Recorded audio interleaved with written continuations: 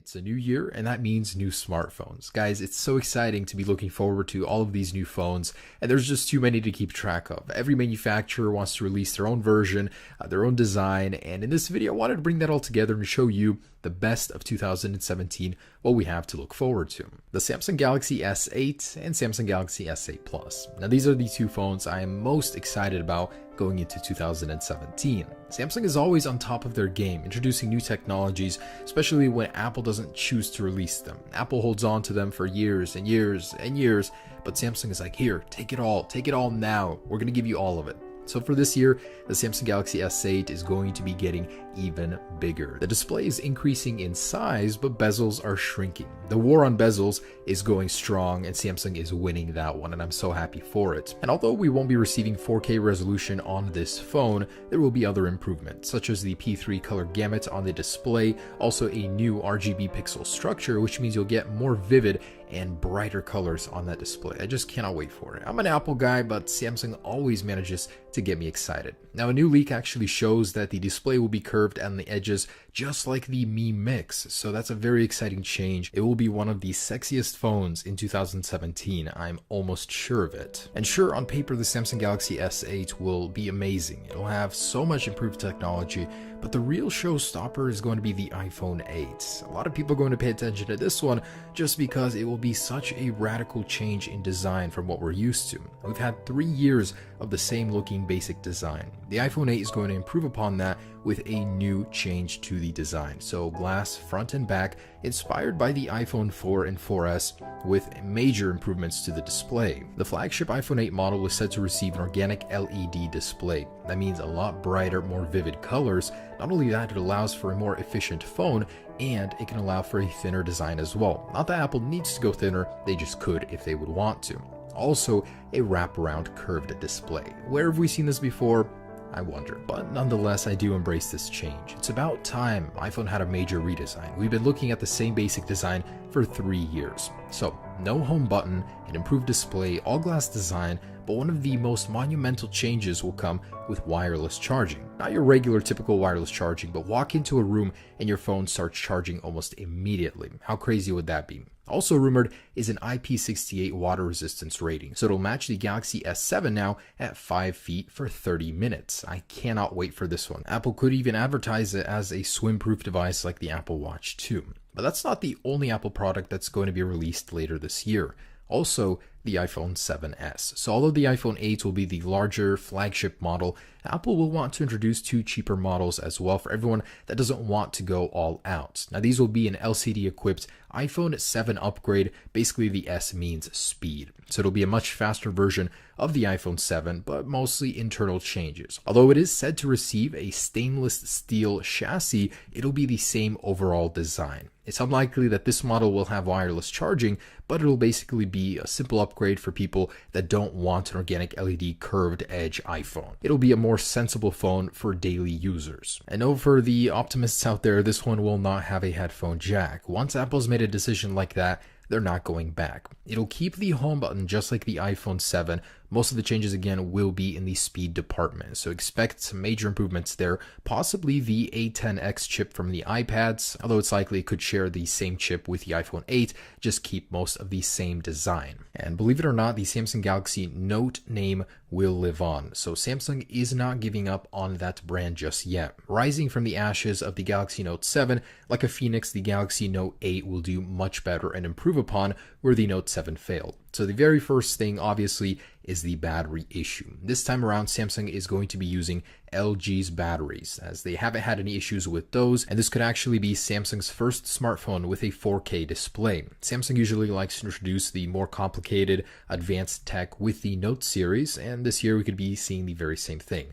Also, the new S Pen 2 with a built-in speaker, possibly to produce some kind of noise, or like mimicking an actual pen, possibly. And as always, this is Samsung's power powerhouse, so they want to make sure it is powered properly. This time they will be using the Snapdragon 835 processor, Exynos in certain markets of course, and 6 to 8 gigabytes of RAM. No businessman has time for lag. And man, LG does not like to give up. So the G5, this was a smartphone that didn't do particularly too well. It was that modular phone that you can actually swap out the bottom for and introduce new features. Now, it was a great concept. Why would this phone fail and not sell very well? Well, the only problem was with a phone like this, where the whole marketing scheme is that you can add modules to the phone.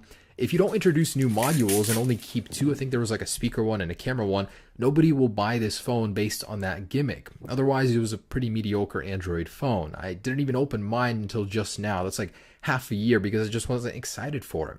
With the G6, LG is looking to fix that and stop thinking outside the box. Basically think like every other smartphone manufacturer. We're going to be seeing a huge trend in front and back made of glass, and that's exactly what the LG is going to do. This leaked concept is what it's going to look like, very similar to the G5, just with a more glass design. Wireless charging, Snapdragon 835 is included. And that brings me to the Google Pixel 2. So the Google Pixel 1 was a fantastic phone. At its core, it was one of the best Android phones ever. It was just lacking some hardware features that even the iPhone has, such as IP67 water resistance at the minimum. The camera was fantastic. That was a big plus to Google. But later this year, the Google Pixel 2 is said to be shipping with a dual camera sensor, as that is superior. It's going to have IP68 water resistance as well, as the first one didn't, and an all-glass design to allow for wireless charging, and very possible a QHD display. So although the Google Pixel 1 was great,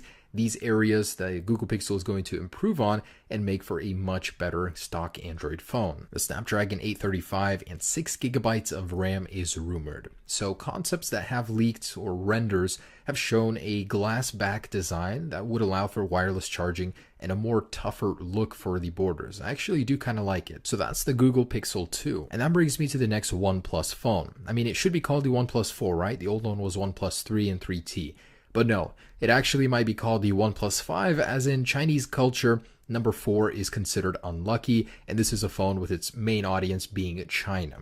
But I gotta say, OnePlus as a company is fantastic. They make sure you can get the best possible experience. They have really fast software updates, and the hardware is always top notch for a very reasonable price. And which other smartphone manufacturer do you know of that releases an update halfway through its cycle just to make the CPU faster, as they did with the 3T? This one is rumored to have the Snapdragon 835 and a massive 3500 milliamp battery, and of course the next generation dash charge that'll allow you to get so much charge just within 15 minutes, over 50%. This is a phone that competes in the mid-tier price range, but it's a bargain. These phones can usually put high-end models to shame. And this could finally be the year the future arrives with foldable smartphones. Late this year, Samsung is set to release its smartphone that can fold in half to serve a dual purpose, both a tablet and a smartphone. They've been developing this for 4 years, and this could finally be the year we could see it in our hands. Now, the run will be limited to 100,000 units, as it's more of a concept, testing the waters, seeing how people react to a phone like this.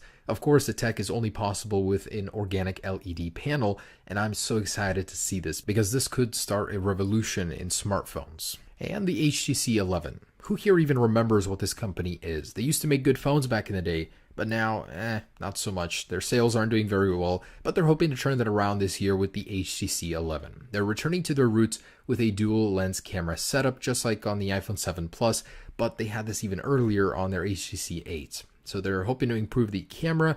The design itself could have a wireless charging compatible back with a glass design, and in general, they will be evolving the design that they had before. This is a leaked concept of the HTC 11. Nokia. Look who's back. They finally decided to pull their head out of Microsoft's ass and release a real Android phone. It's no wonder this thing sold out within a minute when it went on sale in Chinese markets. Now, this is a budget phone. It's about $250. But for the price, it's quite amazing what they managed to stuff inside of it.